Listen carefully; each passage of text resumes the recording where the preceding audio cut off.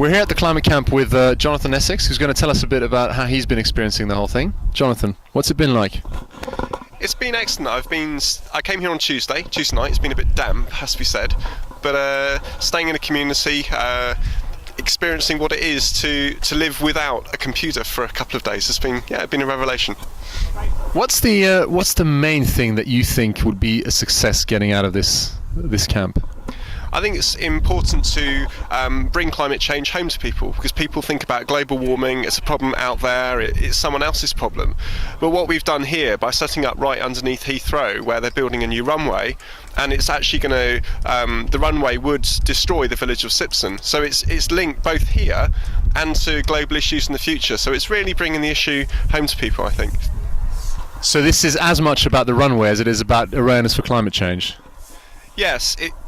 The camp is targeting the new runway proposed at Heathrow because expansion of aviation would be a clear example of where we're not dealing with climate change. Yeah. So it's making that link between climate change isn't about international agreements, it's about what we do and how we live our lives. And the government can act on those things, and rather than just have meetings and policies in Westminster, what they need to do is affect the types of business which we have and make sure that developments which we have are sustainable and not encouraging us to have ever more unsustainable lifestyles. So the target of this camp is not people who go on holidays. It's BAA, the company which is promoting airport expansion, and the government which is not constraining that company. If you were Prime Minister for a day, what would be your number one thing you would do?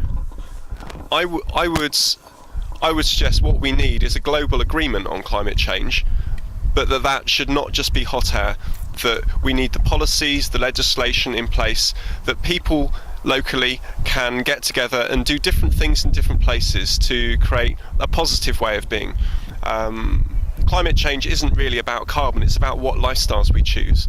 And I would say the most important thing is a Prime Minister that doesn't tell people what to do, but he empowers people and lets communities generate leadership like what you have here.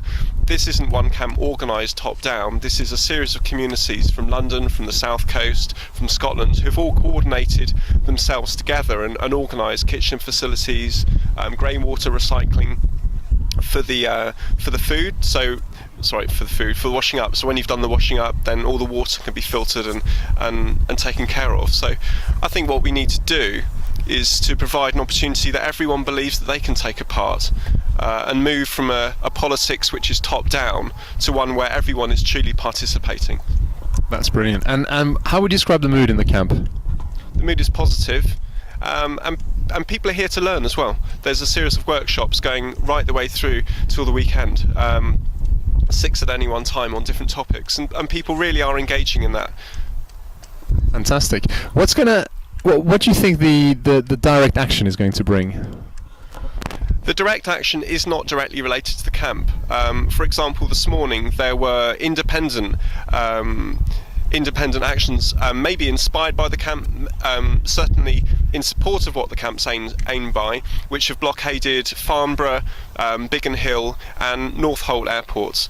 Now those are airports used by the super rich, so choosing to fly to Manchester on a private jet rather than get the train, which is 50 times more damaging. So the target of those actions, those direct actions, have not been against individual holidaymakers, they've been against the super rich who are doing nothing on climate change, while everyday ordinary people are making efforts like recycling, light bulbs, energy efficiency at home.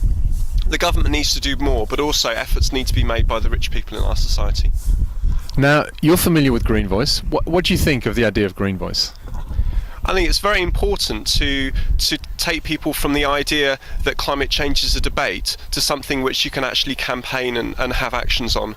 It's very important to move people from the state of is it or is it not happening. The science is clear, the science has been proven. Now is the time to put this into practice in our own lives. Green Voice has got a set of campaigns on many different issues, started and initiated by individual people, and that's important and it's powerful.